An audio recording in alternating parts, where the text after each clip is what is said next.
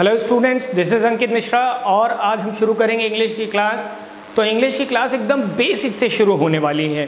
English में अगर हमको अच्छा करना है तो आप क्या करते हैं, ग्रामर का सहारा ले लेते हैं। बढ़िया तरीका है, कोई बुरी बात नहीं है। या फिर दूसरा तरीका ये है कि आप ऐसे स्थानों पर रहें जहाँ पर इंग्लिश बोली जाती रहे, सीख जाएंगे। लेकिन मैं आपको ग्रामर से सिखाने की कोशिश करूँगा। तो ग्रामर अगर आप ग्रामर शब्द को समझें, ग्रामर का मतलब स्टूडेंट्स क्या होता है, व्याकरण। तो ग्रामर को कितने भागों में बांटा गया है और ग्रामर कैसे आपकी मदद करती है। ग्रामर मतलब व्याकरण किसी भी भाषा के पीछे जो साइंस है वह साइंस कहलाती है ग्रामर। वह क्या कहलाती है, ग्रामर कहलाती है। हिंदी में हम उसे व्याकरण कह देते हैं। तो हर भाषा के पीछे एक साइंस है। अगर आप उस भाषा को सही ढंग से बोलना, क्या सही ढंग से पढ़ना, बोलना अथवा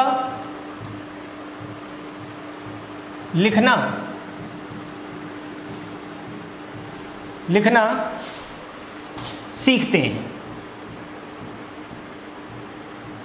देखिए, ग्रामर बहुत अच्छा तरीका नहीं है। सबसे बेहतर तरीका है तो हम इस भाषा को बोलें और सुनें, लेकिन ऐसा संभव नहीं हो पा रहा है अगर, तो भी हम ग्रामर की सहायता से सीख सकते हैं। तो ग्रामर हमें क्या करती है, ग्रामर एक साइंस है, ग्रामर एक विज्ञान है जिससे हम सही ढंग से पढ़ना, बोलना अथवा लिखना सीखते हैं। अब भाई कोई भी सेंटेंस अगर लिखा है, जैसे कोई भी एक सेंटेंस ले लें, ही लव्स मैंगो, उसे आम पसंद है, ये एक सही वाक्य है। लेकिन अगर इसमें गैर ज़रूरी बदलाव कर दिए जाएं, मैंगो लव्स ही, तो क्या ये एक सही सेंटेंस है? नहीं है। तो ग्रामर हमें बताती है कि कौन सा शब्द कहाँ आना चाहिए, कैसे इस वाक्य सुंदर लगेगा, कैसे हमारी बात प्रभावी रूप से आप तक पहुँचेगी। तो ये सारी बातें हमें ग्रामर से पता चलती है। तो ग्रामर इसके लिए आवश्यक है। ठीक है भाई। तो ग्रामर हमें क्या करती है, सही ढंग से पढ़ना, बोलना अथवा लिखना सिखा देती है। अब मैं बात करूँगा कि ग्रामर को कितने ढंग से बांटा गया है। ग्रामर को कितने ढंग से बांटा गया है।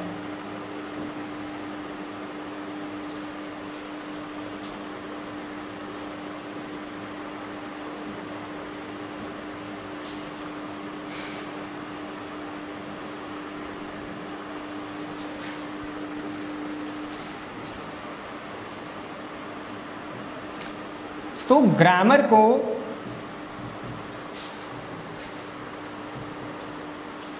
में आपको क्या क्या सीखना चाहिए। तो ग्रामर के कई अंग हैं। ग्रामर का सबसे पहला पार्ट, सबसे पहली चीज है अल्फाबेट।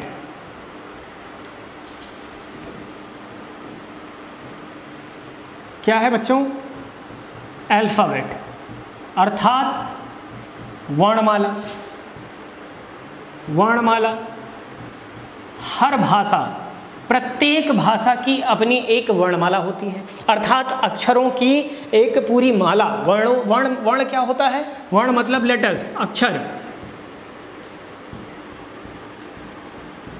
और इनकी श्रृंखला को, इनके समूह को क्या कहते हैं? अल्फाबेट कहते हैं। हर भाषा में होती है, हिंदी में भी है।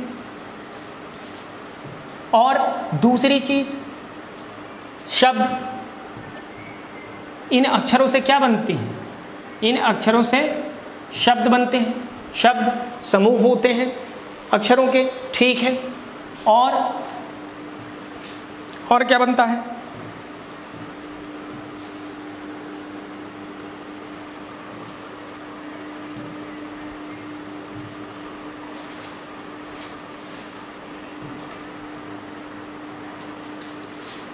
प्लेस ऑफ वर्ड्स, शब्दों का अपना एक स्थान होता है जिन्हें हम पार्ट्स ऑफ स्पीच के नाम से जानते हैं, जिन्हें हम पार्ट्स ऑफ स्पीच के नाम से जानते हैं। ठीक है, चौथी बात जो सबसे बहुत ज़रूरी बात है वो है सेंटेंस। वह क्या है? वह क्या है स्टूडेंट्स? दैट इज सेंटेंस, वाक्य। सेंटेंस, वाक्य। व्याकरण के 4 मुख्य स्तंभ आपके समक्ष हैं कि ग्रामर में हमें क्या क्या मिलता है। सबसे पहली बात तो अल्फ़ाबेट, एक वर्णमाला मिलती है। और इंग्लिश में अगर बात करें तो इंग्लिश में कितने अक्षर होते हैं? 26 लेटर्स होते हैं, 26 लेटर्स हैं। इनमें से 5 हमारे वोवेल, स्वर, और 21 कॉन्सोनेंट्स, अर्थात व्यंजन। और इनसे निकलने वाली आवाज़ें 44 टोटल साउंड्स होते हैं बच्चों। 44 तरह की आवाज़ें, साउंड निकला करते हैं। 20 साउंड्स यहाँ से निकलते हैं और 24 साउंड्स यहाँ से निकलते हैं। ये आपकी इन्फॉर्मेशन के लिए था, ये आपके जस्ट इन्फॉर्मेशन के लिए, ग्रामर में पूछा नहीं जाता है, लेकिन आपको पता होना चाहिए कि 44 तरह के टोटल कितने साउंड होते हैं। तो 44 साउंड्स होते हैं। तो एक वर्णमाला और उन वर्णमाला से शब्द बनते हैं। शब्द की आपको फिर पर्यायवाची और एंटोनिम, सिनोनिम, इडियम्स, फ्रेजेस, बहुत सारे शब्दों की आवश्यकता पड़ती है किसी भी भाषा को समझने के लिए, बोलने के लिए, इफेक्टिवली पढ़ने के लिए, बोलने के लिए, लिखने के लिए। फिर बात आती है कि अगर आपको वाक्य बनाने पड़ जाएं तो उन शब्दों के अपना एक स्थान होता है, शब्दों की अपनी एक जगह होती है वाक्य में। वह चीज़ हमें कहाँ से पता चलती है? वह चीज़ हमें पार्ट्स ऑफ स्पीच। पार्ट्स का मतलब क्या होता है बच्चों? पार्ट्स मतलब होता है हिस्से, एंड स्पीच का मतलब भाषण। स्पीच मतलब भाषण और पार्ट्स मतलब हिस्से। तो जो भी बातें हम करते हैं उनमें आने वाले शब्द कुछ न कुछ, ग्रामर कहती है कि कुछ न कुछ वे हैं। क्या हैं वे? या तो वे नाउन हैं,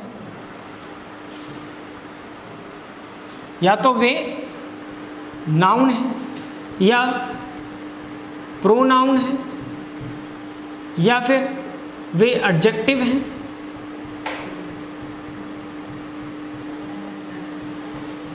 या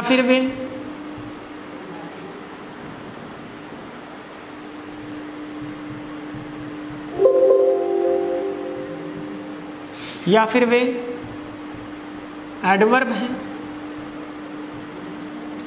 या फिर प्रीपोजिशन है,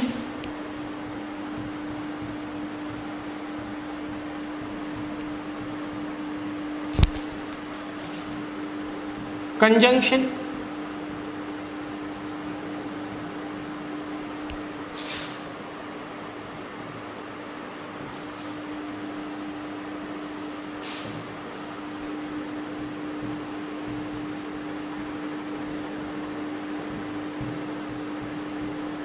या फिर वे इंटरजेक्शन है। क्या है बच्चों वे? इंटरजेक्शन।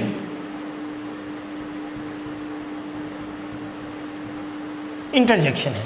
तो ये पार्ट्स ऑफ स्पीच आपको ग्रामर में पढ़ने होते हैं। नाउन, प्रोनाउन, इन्हें हिंदी में क्या कहते हैं और इनके कितने तरह के यूसेज, एक एक करके डिटेल में हम लोग पढ़ेंगे। ये एक केवल संक्षिप्त विवरण है ग्रामर के रूप में कि ग्रामर में क्या क्या है। अल्फ़ाबेट, वर्ड्स और पार्ट्स, प्लेस ऑफ वर्ड्स, शब्दों की अपनी एक जगह जिन्हें आप पार्ट्स ऑफ स्पीच के नाम से जानते हैं। और फिर बात आती है वाक्यों की। आप केवल इन शब्दों से आपका काम नहीं चलता है ना। अगर आप कभी कोई अकेला शब्द ही प्रयोग करते हैं? क्या केवल शब्दों से कार्य चलता है? कोई भी आप अकेले शब्द कभी नहीं बोलते हैं। ज़्यादातर आप क्या प्रयोग करते हैं? वाक्य। तो असली कहानी है वाक्य। तो हम लोग शुरुआत करेंगे अपनी ग्रामर की वाक्यों से, वाक्यों के बारे में जानेंगे और उन्हीं के माध्यम से हम लोग फिर टेंसेस को पढ़ेंगे। तो शुरुआत हम लोग बच्चों कहाँ से करेंगे? सेंटेंस से हम लोग शुरू करेंगे। तो आइए समझते हैं सेंटेंस को।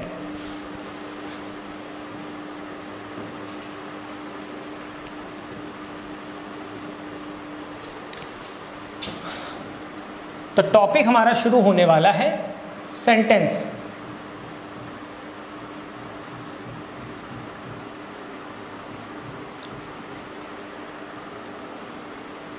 सेंटेंस, तो सेंटेंस में आप सेंटेंस से क्या समझते हैं? सेंटेंस का मतलब होता है वाक्य। सेंटेंस क्या होता है बच्चों?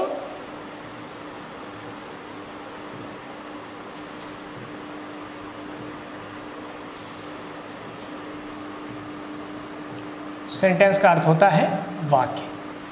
और सेंटेंस क्या है? सेंटेंस शब्दों का समूह है, group of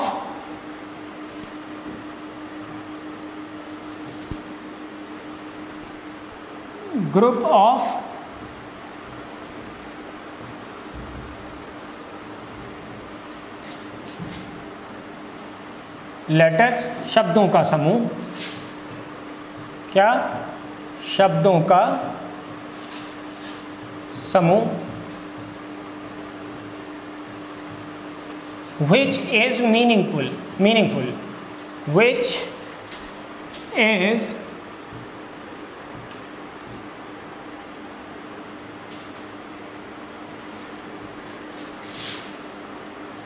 which is meaningful, जो क्या हो?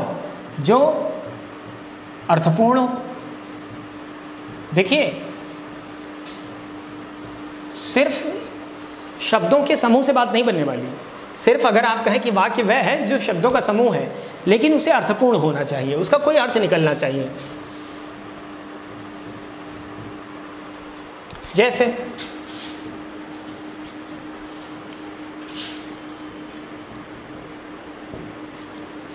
he never tells a lie। Tell a lie का मतलब बच्चों क्या होता है? टेल अ लाई का अर्थ होता है झूठ बोलना। Tell a lie, tell a lie का अर्थ क्या होता है बच्चों? झूठ बोलना। और नेवर का अर्थ क्या होता है? कभी नहीं। तो इसका हिंदी मतलब क्या निकलने वाला? ही नेवर टेल्स अ लाई, वह कभी झूठ नहीं बोलता है, वह कभी झूठ नहीं बोलता है, यह इसका अर्थ है। हिंदी में लिख लेते हैं, वह कभी झूठ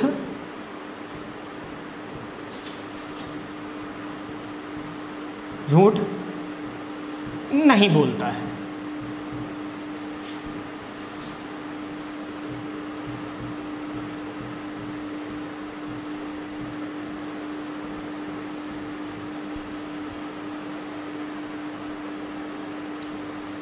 वह कभी झूठ नहीं बोलता है। तो अगर इसमें हम थोड़े आमूल चूल परिवर्तन कर दें, आमूल चूल का मतलब है कि थोड़े से परिवर्तन अगर आ जाए इसमें, तो क्या ये वाक्य शुद्ध रह जाएगा? जैसे इस सेंटेंस को हम लोग क्या कर दें, कुछ और लिख दें कि never he a lie tales. तो बच्चों, वाक्य समूह यह भी है, शब्दों का समूह यह भी है और शब्दों का समूह यह भी है, लेकिन कौन सा अर्थपूर्ण है आप निश्चित रूप से कहेंगे ऊपर वाला। तो शब्द, केवल शब्दों के समूह होने से कोई वाक्य नहीं बन जाता। वाक्य कब बनता है? वाक्य तब बनता है when this is meaningful, when it gives a complete meaning. जब यह क्या दे? जब यह एक संपूर्ण अर्थ दे। तो बात बिल्कुल स्पष्ट है कि ग्रुप ऑफ लेटर्स, शब्दों का समूह, विच इज मीनिंगफुल, जो क्या हो? अर्थपूर्ण हो। तो सेंटेंस की परिभाषा यही है कि sentence is a group of words, वह शब्दों का समूह है, एंड विच इज मीनिंगफुल, जो अर्थपूर्ण हो। तो हमारा ये वाला सेंटेंस क्या हो जाएगा? इनकरेक्ट है, ये गलत है, इसका कोई अर्थ नहीं है। हालांकि आप शब्द अर्थ समझ पा रहे हैं, आप समझ पा रहे हैं, ये आपकी समझ अच्छी है क्योंकि आपने सही सेंटेंसेस पढ़ रखे हैं इसलिए। और ऐसा ही करके हम लोग रीअरेंजमेंट, एक एग्जाम में आपके आता है रीअरेंजमेंट, अलग अलग सेंटेंसेस, एक कहानी के अलग अलग सेंटेंसेस रखे होते हैं, उनको उल्टा सीधा करके दे दिया जाता है और फिर आपको उन्हें एक सही क्रम में सजाना होता है। रीअरेंजमेंट आता है आपके एग्जाम में, तो आपकी समझ अच्छी होती है इसलिए आप उसे कर पाते हैं। ठीक है, तो यहाँ पर तो शब्दों को ही इधर से उधर कर दिया गया, तो ये अर्थपूर्ण नहीं है और यह सेंटेंस हमारा अर्थपूर्ण, तो इसलिए ये सेंटेंस कहलाएगा, ये हमारा सेंटेंस नहीं कहलाएगा। ठीक है, तो ये बात रही कि वाक्य होते क्या हैं। अब वाक्य के हिस्सों पर हम लोग बात करते हैं कि वाक्य कितने पार्ट होते हैं। अगर वाक्य को हम कुछ भागों में बांटें तो मुख्यतः वाक्य कितने भागों में होता है।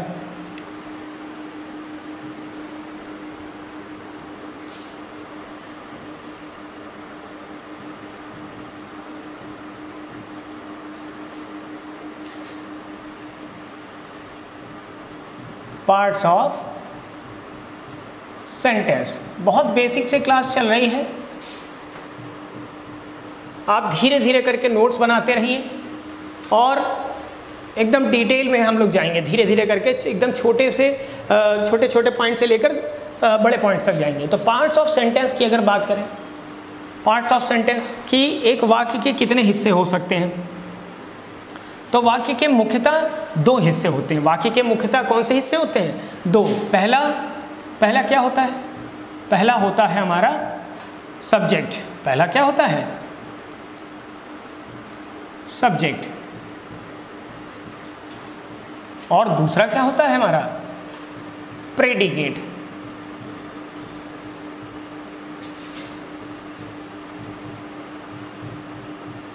पहला हमारा क्या है? सब्जेक्ट, जिसे हम हिंदी में क्या कहते हैं? कर्ता कहते हैं। कर्ता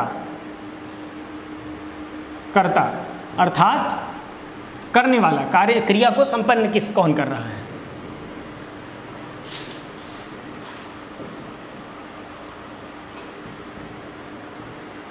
ठीक है, कर्ता, सब्जेक्ट। और प्रेडिकेट को क्या कहते हैं हिंदी में?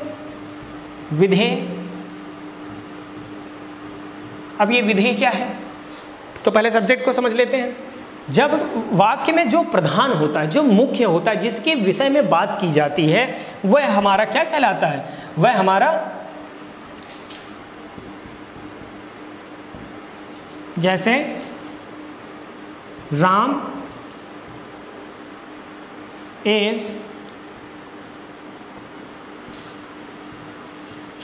is my best friend। Ram is my best friend. तो अगर मैं इसमें आपसे कहूं कि इसमें राम क्या है, राम क्या है, तो राम क्या है? राम के विषय में बात चल रही है, तो सबसे मुख्य इस वाक्य में कौन है? राम है। तो ये हमारा क्या हो जाएगा? ये हमारा सब्जेक्ट हो जाएगा। ये हमारा सब्जेक्ट हो जाएगा। अब इसके अलावा जितना भी भाग आप देख पा रहे हैं वह क्या है? ये पूरा इज माई बेस्ट फ्रेंड, यह क्या है? ये हमारा प्रेडिकेट है। ये हमारा क्या है? ये हमारा प्रेडिकेट है।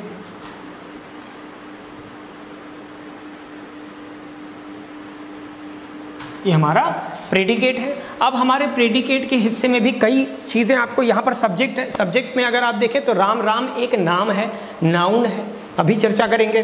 तो सब्जेक्ट हमारा क्या है? राम है। और राम के विषय में जो कुछ भी कहा गया है वह सब हमारा प्रेडिकेट। उसमें बहुत सारी चीज़ें आप इज देख पा रहे हैं, माई देख पा रहे हैं, बेस्ट देख पा रहे हैं, फ्रेंड देख पा रहे हैं। और ये ग्रामर में पार्ट्स ऑफ स्पीच में से कुछ न कुछ हैं। वे वर्ब हो सकती हैं, प्रोनाउन हो सकते हैं, एडजेक्टिव हो सकते हैं, एडवर्ब हो सकती हैं, प्रीपोजिशन हो सकते हैं, वह कुछ हो सकते हैं। लेकिन सबसे मुख्य बात वाक्य के बारे में कि एक वाक्य के कितने मुख्य पार्ट होते हैं, कौन से मुख्य हिस्से होते हैं? सब्जेक्ट और प्रेडिकेट। ठीक है, तो सब्जेक्ट देख पा रहे हैं कि Ram is my best friend. मेरा राम हमारा क्या है? राम हमारा सबसे अच्छा मित्र है। तो कौन हमारा सबसे अच्छा मित्र है? राम हमारा सबसे अच्छा मित्र। तो इस प्रकार आप सब्जेक्ट ढूंढ सकते हैं। ठीक है, एक और एग्जांपल ले लेते हैं।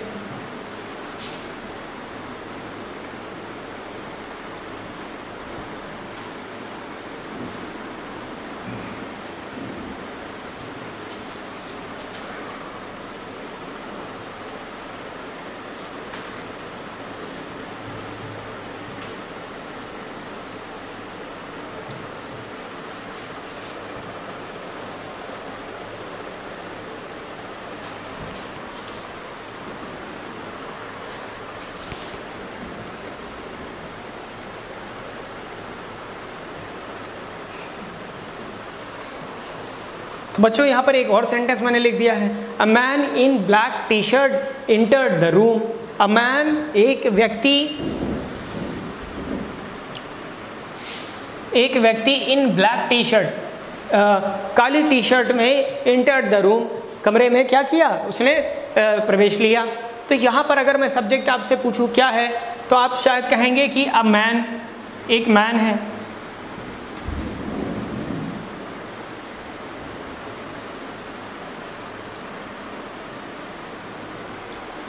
एक मैन है, लेकिन बात नहीं, इतनी नहीं है।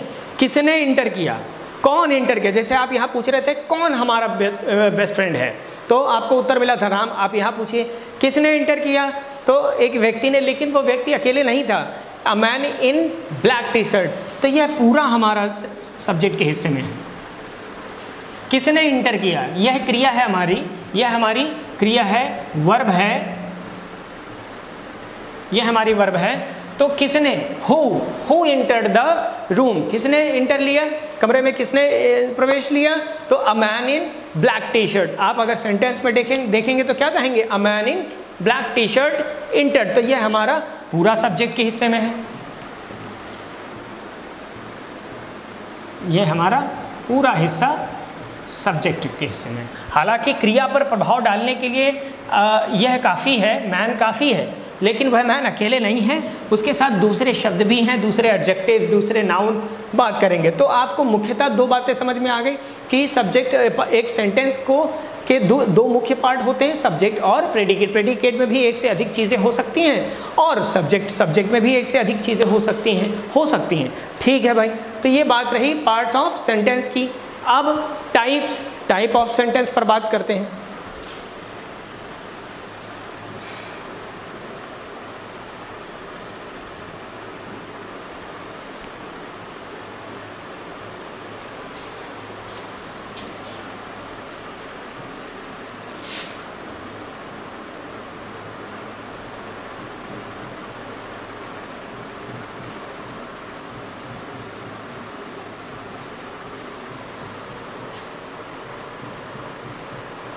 टाइप ऑफ सेंटेंसेस, वाक्यों के प्रकार।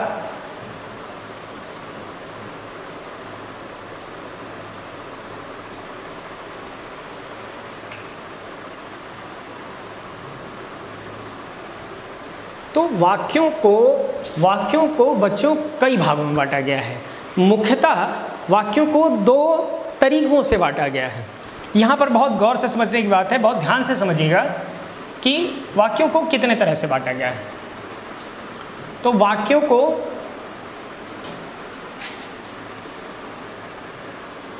दो तरह से बांटा गया है।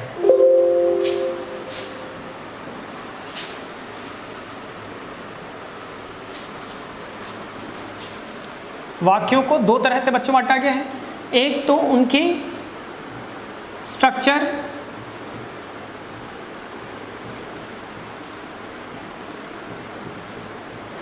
अर्थात बनावट के आधार पर, उनकी बनावट के आधार पर, और दूसरा उनकी टोन और मूड के आधार पर, अर्थात उनसे निकलने वाली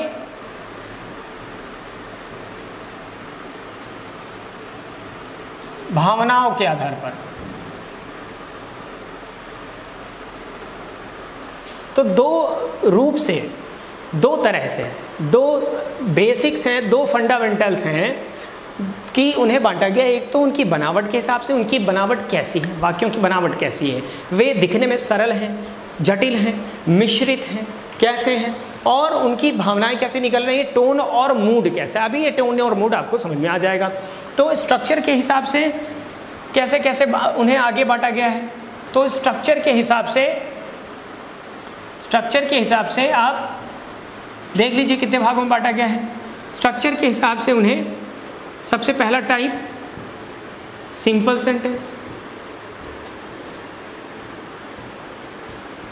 सुने होंगे ये नाम आप, सिंपल सेंटेंस, सिंपल सेंटेंस। दूसरा कॉम्प्लेक्स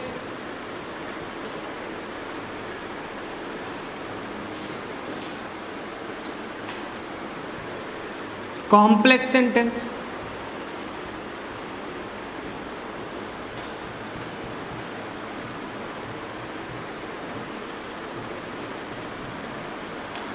सिंपल सेंटेंस, इन्हें हिंदी में क्या कह सकते हैं? साधारण वाक्य,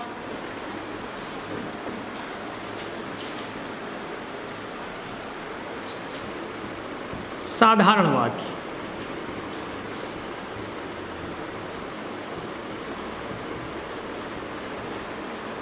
और कॉम्प्लेक्स सेंटेंस, कॉम्प्लेक्स सेंटेंस को क्या कह सकते हैं?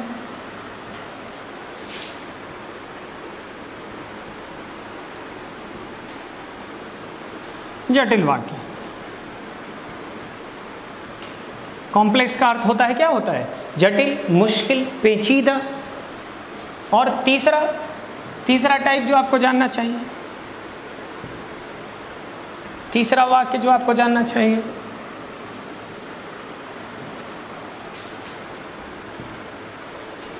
कंपाउंड, कंपाउंड,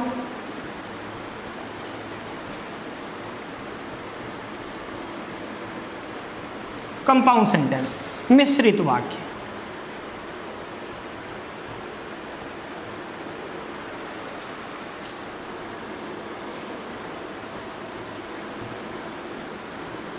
मिश्रित वाक्य। अभी इनके डिटेल में नहीं जा रहे हैं हम सब, अभी इसमें हम आपको डिटेल में नहीं बताएंगे। स्ट्रक्चर, इनके स्ट्रक्चर में सिंपल, कॉम्प्लेक्स कंपाउंड के डिटेल में नहीं बता सकते हम आपको, हम अभी नहीं बताएंगे। और आपको हम बताएंगे इसमें टोन और मूड, टोन और मूड के हिसाब से इन्हें ये कौन कौन से सेंटेंसेस हैं, इन्हें भी अभी जानिए, अभी इनके डिटेल में नहीं जाएंगे। तो पहला assertive,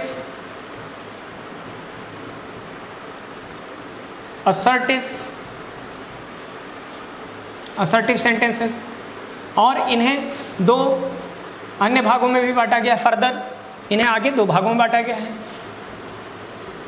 affirmative,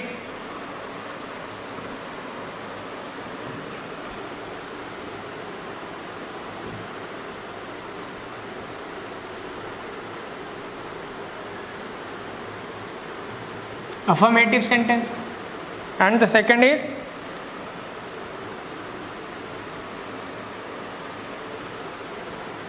negative sentence.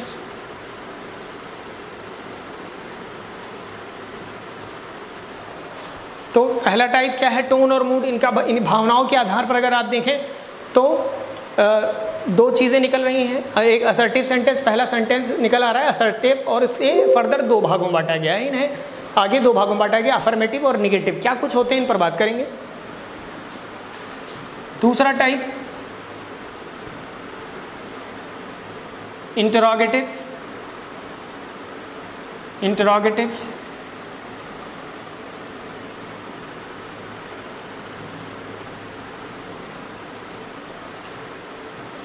Interrogative, गेटिव नहीं है बच्चों, ये गेटिव नहीं है, ये गटिव है, इंटरोगेटिव। इसका सही प्रोनाउंसिएशन, सही उच्चारण इसका इंटरोगेटिव है। ठीक है, तो इंटरोगेटिव भी इन्हें फर्दर दो भागों में बांटा गया है। एक तो यस नो टाइप वाले, यस नो टाइप, और दूसरा WH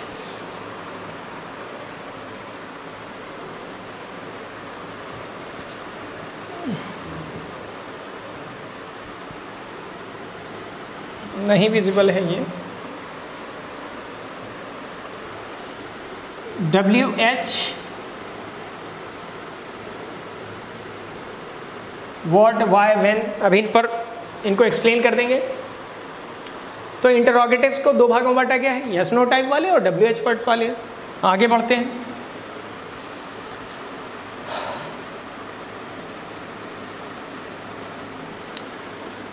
इम्परेटिव बच्चों, interrogative, imperative, exclamatory and optative. तो आज हम वाक्यों में आपको ये स्ट्रक्चर, बनावट वाली बात तो हम नहीं बताएंगे, ये हम आपको आगे कंजंक्शन पढ़ते वक्त और क्लॉज पढ़ते वक्त हम आपको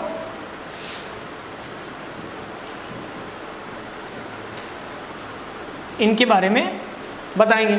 आज हम शुरुआत करेंगे यहाँ से, क्योंकि टेंसेस पढ़ते वक्त हमें इन वाक्यों की ज़रूरत पड़ने वाली है, असर्टिव, इंटरोगेटिव एंड इम्परेटिव, और ये सारे वाक्यों की। वैसे तो टेंस पढ़ने के लिए केवल 2 ही चाहिए, असर्टिव और इंटरोगेटिव। तो हम आज इनको समझने की कोशिश करते हैं कि हमें ये क्या होते हैं, ये वाक्य कैसे होते हैं। ठीक है,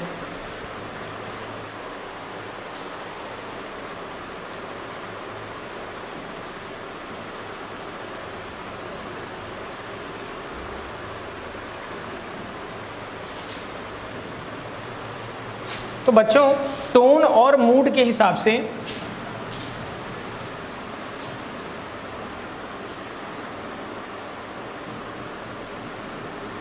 टोन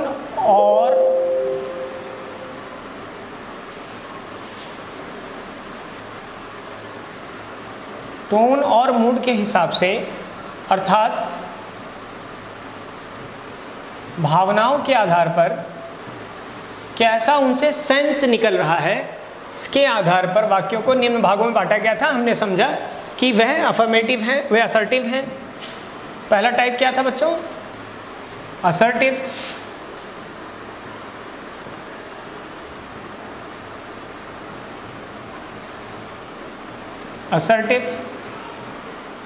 असर्टिव तो दृढ़तावाचक वाक्य जो होते हैं, दृढ़ता का अर्थ क्या होता है बच्चों? जब मजबूती से कोई पक्ष हम रखते हैं तो वह बात क्या कहती है? कहते हैं कि यह बात दृढ़तापूर्वक कही गई है।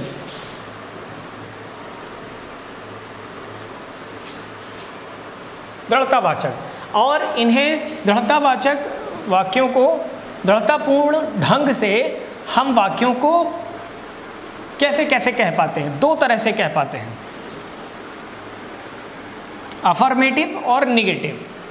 अफर्मेटिव और निगेटिव, जैसे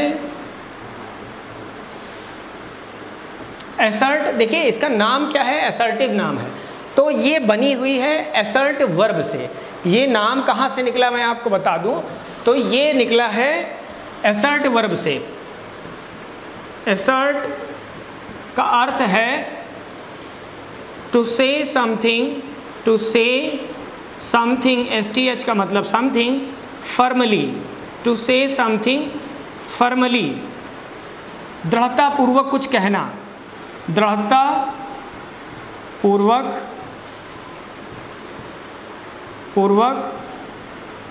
कुछ कहना, दृढ़तापूर्वक कुछ कहना, टू से समथिंग, कुछ कहना, फर्मली, कैसे? फर्मली, दृढ़तापूर्वक, टू से समथिंग फर्मली, दृढ़तापूर्वक कुछ कहना। तो जब आप दृढ़तापूर्वक कोई बात कहते हैं तो कहा जाता है ही इज असर्टिंग, वह असर्ट कर रहा है, वह असर्ट कर रहा है, और उसी से बनी हुई है असर्टिव। असर्टिव एडजेक्टिव है अपने आप में। कैसे सेंटेंसेस? असर्टिव सेंटेंसेस, तो दृढ़तावाचक वाक्य, दृढ़ता बताने वाले।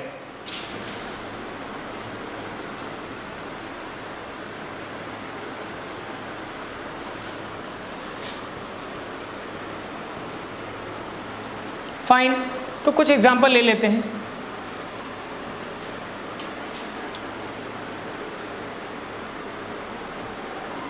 She goes to church daily.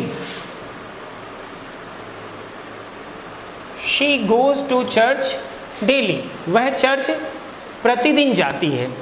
तो ये कैसा है? दृढ़तापूर्वक वाक्य। इसमें क्या नेवर, नो, नॉट, वॉट का इस्तेमाल किया गया है? नहीं किया गया है। इसमें बात कही गई कि हाँ भाई वह चर्च प्रतिदिन जाती है। दूसरा कोई एग्जाम्पल ले लेते हैं।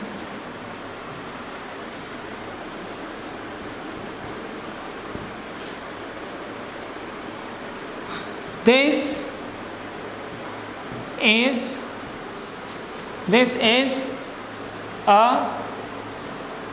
nice car. This is a nice car. यह एक अच्छी कार है। तो मैं मानता हूँ कि वह प्रतिदिन चर्च जाती है। And this is a nice car. यह एक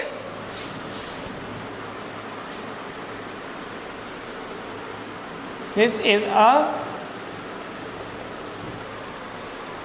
ठीक है, this is a nice car, ये एक अच्छी कार है, तो मैं मानता हूँ, मैं इस बात पे यकीन रखता हूँ और मैं ये दृढ़तापूर्वक कह सकता हूँ कि she goes to church daily and this is a nice car, ये एक अच्छी कार है। तो यह दोनों ही अफर्मेटिव सेंटेंसेस, इन्हें फर्दर दो भागों में बांटा गया है, असर्टिव सेंटेंसेस को, अफर्मेटिव और नेगेटिव। तो यह सेंटेंसेस दोनों कैसे हैं, ये अफर्मेटिव सेंटेंस हैं, इसमें स्वीकारा जा रहा है बात को, क्या किया जा रहा है, स्वीकार किया जा रहा है, तो ये अफर्मेटिव सेंटेंस हैं।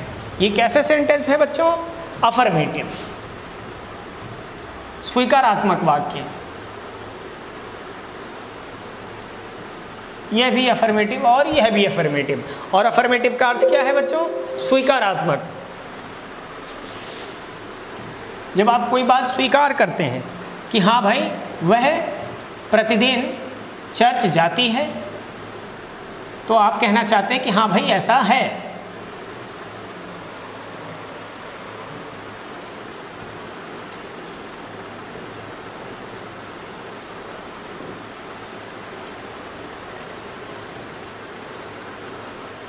और जब आप निगेट कर देते हैं, जब आप क्या कर देते हैं, निगेट कर देते हैं, नकार देते हैं किसी बात को, तो वह सेंटेंसेस निगेटिव कहलाते हैं, वह भी असर्टिव हैं। जैसे इन्हीं सेंटेंस को आप क्या कहें, she does not go to,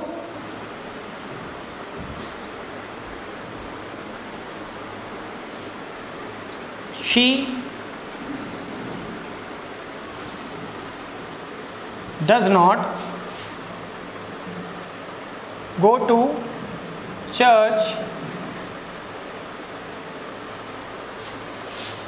daily. यहां पर आप क्या कर रहे हैं, निगेट करे दे रहे हैं, निगेट कर रहे हैं, नकार रहे हैं किसी तथ्य को कि यह बात नहीं है। This is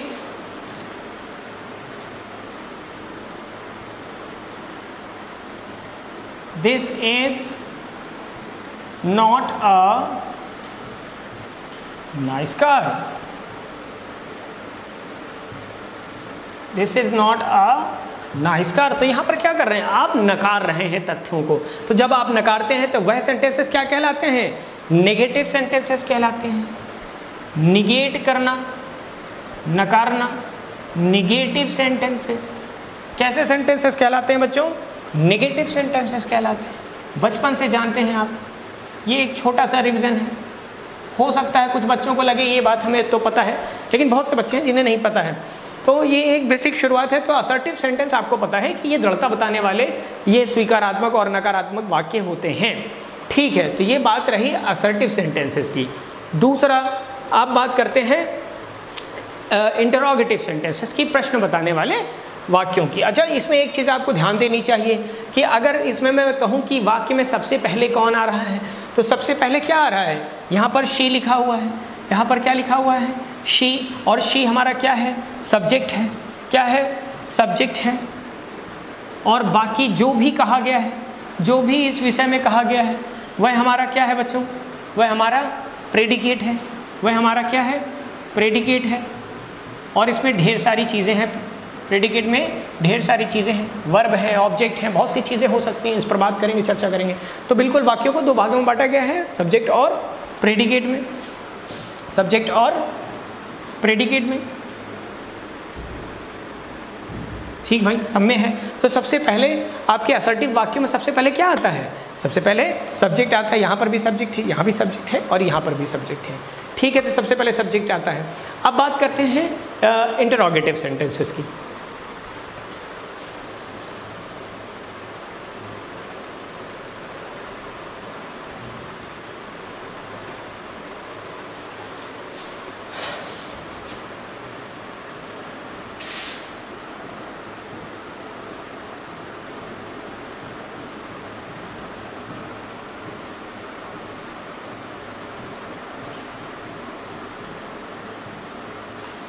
interrogative sentences,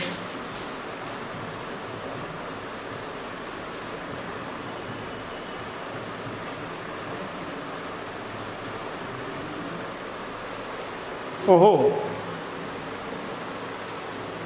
fine. Interrogative sentence, इनका अर्थ क्या होता है बच्चों? प्रश्नवाचक चिन्ह। जब हमारे प्रश्न बनने लग जाते हैं, जब हम प्रश्न पूछते हैं,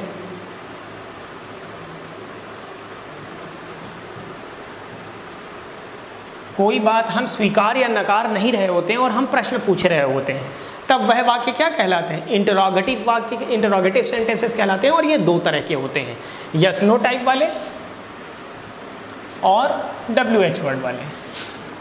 यस नो टाइप वाले, यस नो टाइप और WH वर्ड वाले, WH वर्ड्स वाले। अब ये यस नो टाइप वाले क्या होते हैं? यस और नो का अर्थ क्या होता है? यस का अर्थ होता है हाँ और नो का अर्थ होता है ना। तो यस नो टाइप वाले कैसे वाक्य हैं?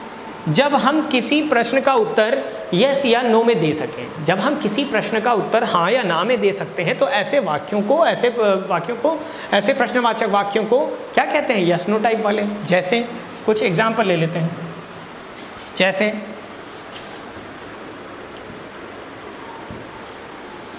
क्या आपके टूथपेस्ट में नमक है? Do you like mango? क्या आपको आम पसंद है? तो आप क्या कह सकते हैं? आप कह सकते हैं यस आई लव। यस, क्या केवल यस और नो से काम चल जाएगा? बिल्कुल चल जाएगा। यस हाँ भाई। तो इनका उत्तर हाँ या ना में दिया जा सकता है। Do you like mango? क्या आपको आम पसंद है?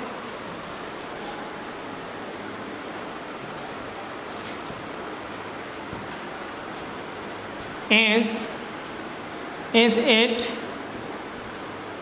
it your pet? क्या ये आपका पालतू है? क्या यह है आपका पालतू है? हाँ।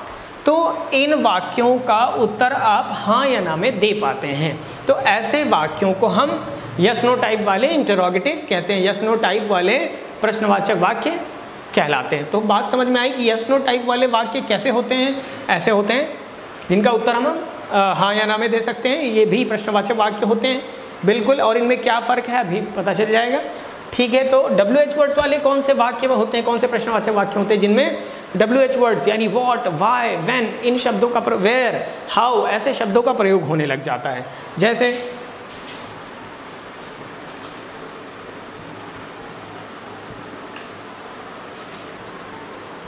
Where do you live? Where do you live?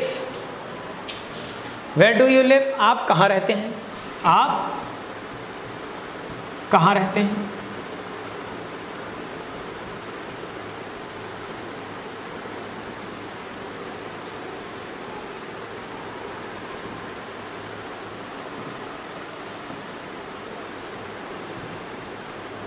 आप कहाँ रहते हैं? ठीक, वेयर डू यू लिव तो आप क्या कह सकते हैं? हाँ। या फिर मैं आपसे पूछूं,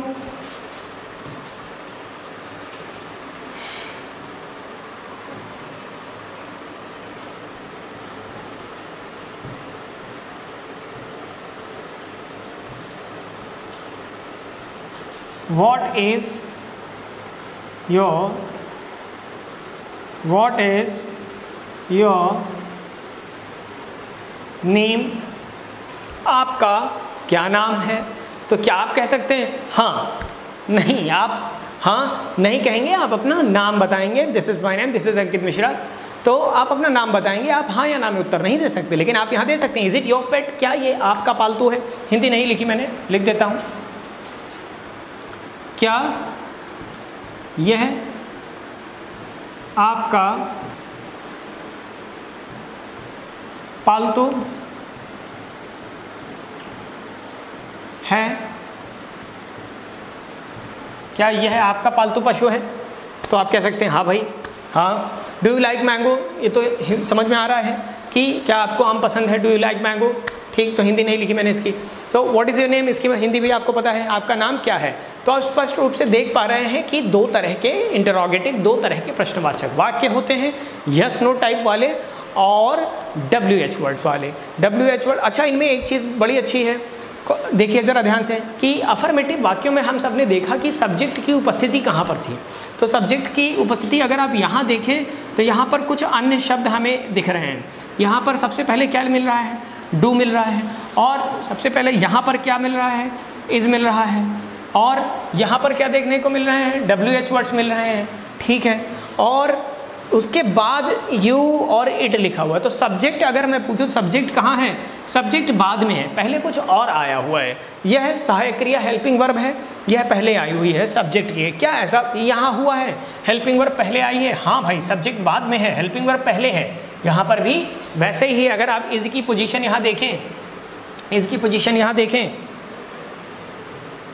और डू की पोजीशन यहाँ पर देखें, डू की पोजीशन यहाँ पर देखें, तो ये क्या है, सब्जेक्ट के पहले आया हुआ है। इज़ हमारा सब्जेक्ट के पहले आया हुआ है। तो यू देखिए डू के बाद में गया हुआ है, यानी इज़ हेल्पिंग वर्ब हमारे सब्जेक्ट के पहले आ जाती हैं, हेल्पिंग वर्ब हमारे सब्जेक्ट के पहले आ जाती हैं। और इस व्यवस्था को जब वर्ब सब्जेक्ट के पहले आने लग जाए, इस व्यवस्था, इस पूर्ण व्यवस्था को बच्चों क्या कहते हैं, इस पूर्ण व्यवस्था को कहते हैं इन्वर्जन केस। क्या कहते हैं बच्चों, इन्वर्जन केस कहते हैं, इन्वर्जन केस। और यह इन्वर्जन केस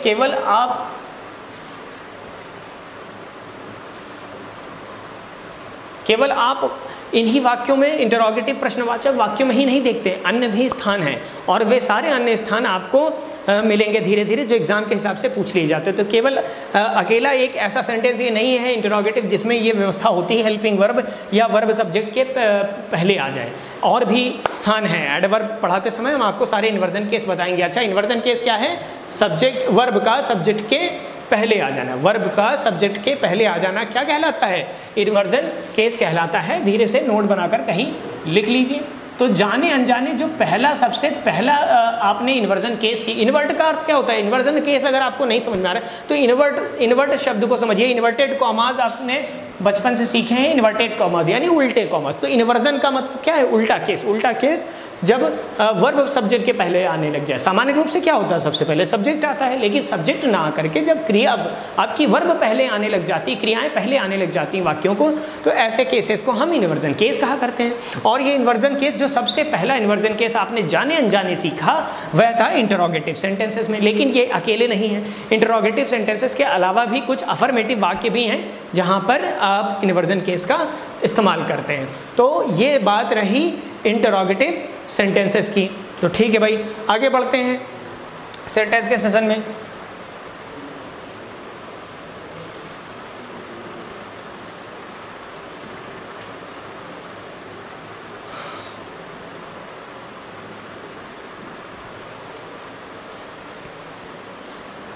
अब बारी आती है इंपरेटिव सेंटेंस की। इंपरेटिव, बच्चों इंपरेटिव का अर्थ क्या होता है? अगर मैं आपसे पूछूं इंपरेटिव शब्द कहां से है और इसका क्या अर्थ है, तो इंपरेटिव सेंटेंसेस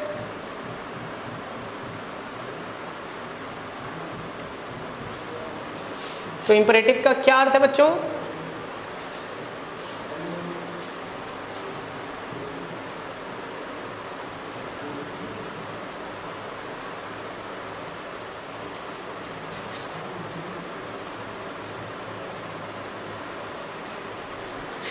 इंपरेटिव का अपने आप में बच्चों अर्थ होता है बेहद ज़रूरी, इम्पॉर्टेंट। आप लिख लीजिए कहीं पर, imperative equal to important, important, आवश्यक, जो बहुत ही आवश्यक है वह इंपरेटिव है। तो इंपरेटिव का अर्थ अपने आप में क्या होता है? इम्पॉर्टेंट, आवश्यक।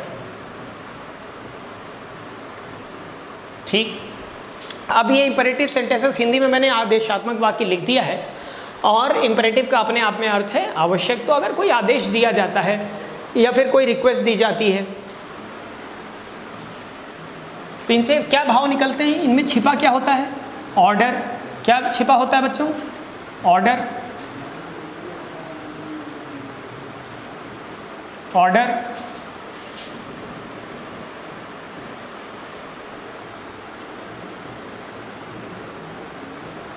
ऑर्डर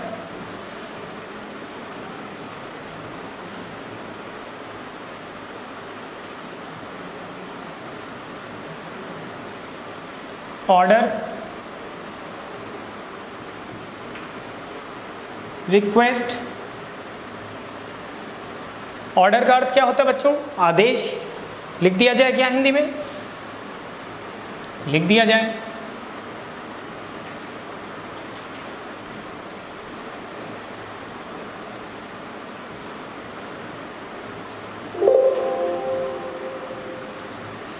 ऑर्डर आदेश, जिसे आप कमांड के नाम से भी याद रख सकते हैं। रिक्वेस्ट रिक्वेस्ट रिक्वेस्ट और रिक्वेस्ट का अर्थ क्या बच्चों क्या होता है हिंदी में, प्रार्थना, विनती। विनती लिख लेते हैं।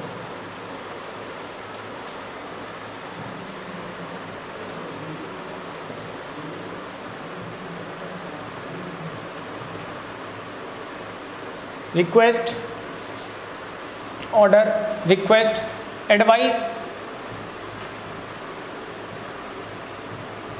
एडवाइस अर्थात सलाह। सलाह का भाव होता है बच्चों कई बार। तो ये बहुत सारे भाव आपको यहाँ देखने को मिलने वाले हैं। और भी भाव हैं, लिख लीजिए। प्रपोजल, प्रपोजल, प्रपोजल का अर्थ बच्चों क्या होता है, प्रपोजल का अर्थ होता है, प्रपोजल का अर्थ होता है प्रस्ताव। प्रपोजल का अर्थ बच्चों क्या होता है, प्रस्ताव। ठीक है, तो ये बहुत सारे भाव इंपरेटिव सेंटेंस से निकला करते हैं और ये सारे चीज़ें आवश्यक होती हैं, इसीलिए इसका नाम इंपरेटिव रख दिया गया। अगर कोई आदेश दिया गया है तो वह आदेश आवश्यक होता है। रिक्वेस्ट अगर कोई की जा रही है तो वह आवश्यक हो सकती है। एडवाइस सलाह दी जा रही है। प्रपोजल दिया जा रहा है तो ये सभी आवश्यक, प्रस्ताव दिया जा रहा है, आवश्यक होते हैं कई बार, तो इसीलिए इसका नाम इंपरेटिव रखा गया है। अब कुछ उदाहरण ले लिए जाएं।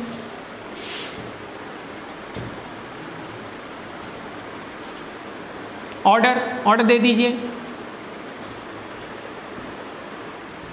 टाइप,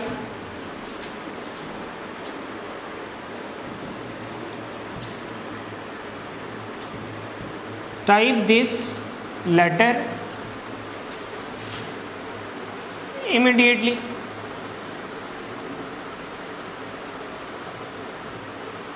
कि यह लेटर तुरंत टाइप कर दो। Type this letter immediately. यह पत्र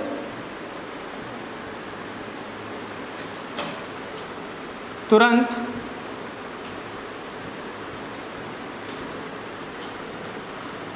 तुरंत टाइप कर दो।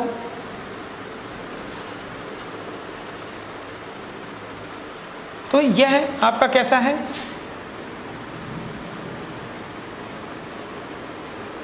यह आपका ऑर्डर बता रहा है। ये बच्चों क्या बता रहा है, यह आपका ऑर्डर बता रहा है। ठीक है, ये आपका ऑर्डर बता रहा है। दूसरा कोई एग्जांपल ले लेते हैं।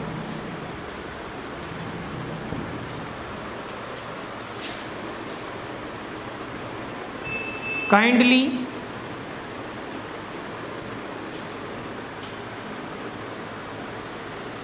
Grant me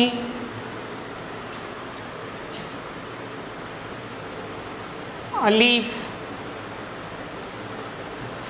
kindly grant me a leave.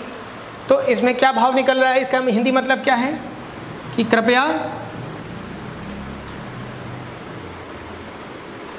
कृपया कृपया मुझे छुट्टी दे दीजिए। Leave, kindly grant me a leave, कृपया मुझे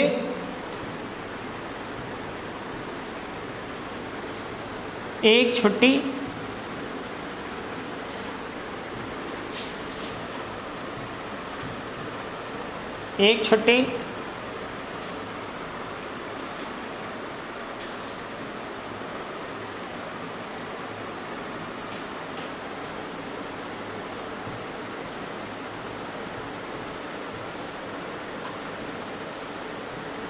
प्रदान कीजिए।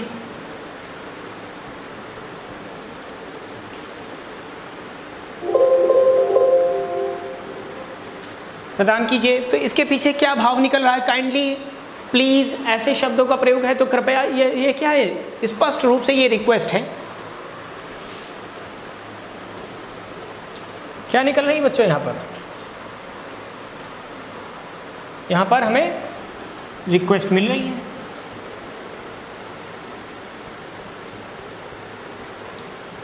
यहाँ पर रिक्वेस्ट है, विनती है, अनुरोध है। ठीक है, एक और एग्जांपल ले लेते हैं एडवाइस का।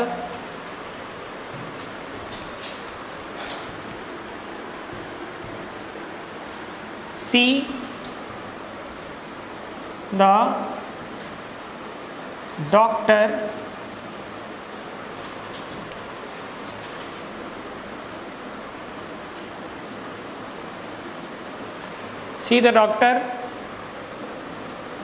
एट वंस, डॉक्टर से तुरंत मिल लीजिए। देखिए, सी का मतलब देखना भी होता है और सी का मतलब मिलना भी होता है।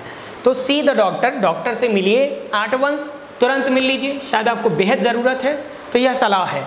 इसके पीछे का भाव क्या है, इसका हिंदी मतलब क्या निकल रहा है, डॉक्टर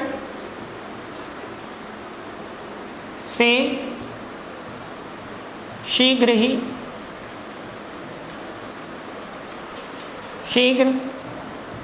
मिलिए। ये एक सलाह है, स्ट्रॉन्ग सलाह है, स्ट्रॉन्ग एडवाइस है।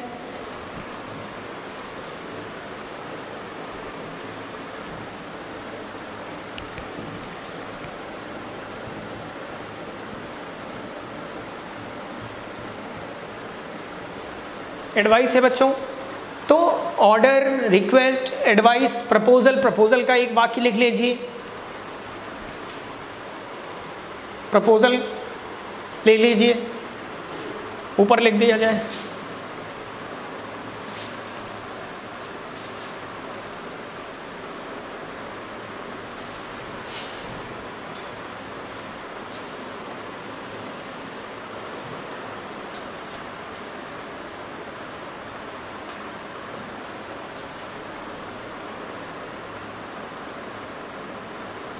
Let's go to the cinema. Let's go to the cinema. आओ सिनेमा चलें। आओ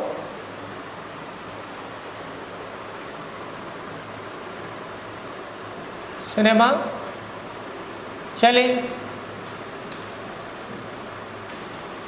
तो यह क्या है बच्चों, यह प्रपोजल है। यह हमारा प्रपोजल है, एक प्रस्ताव है कि आपके समक्ष हमने प्रस्ताव रखा है